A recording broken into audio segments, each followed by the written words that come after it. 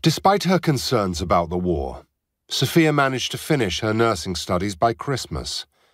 With extra classes and credit for work at her father's hospital, she managed to finish early, with high marks.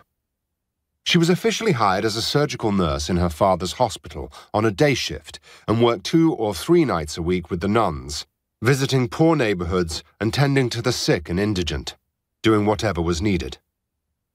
Her father had no idea that she did that, and never inquired about how she spent her evenings. She had always been studious and retiring, and she was almost 21 years old. Her father had no concerns about her, and there were no men in her life. She wasn't Theresa, who would have worried him if she weren't married.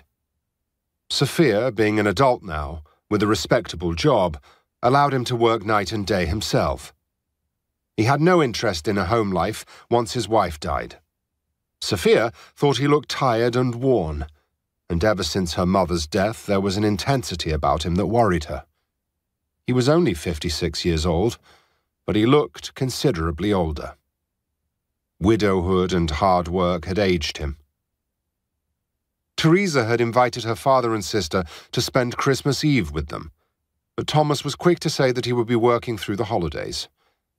He had nothing to celebrate since Monica's death, and he encouraged Sophia to accept her sister's invitation and spend the holiday with her.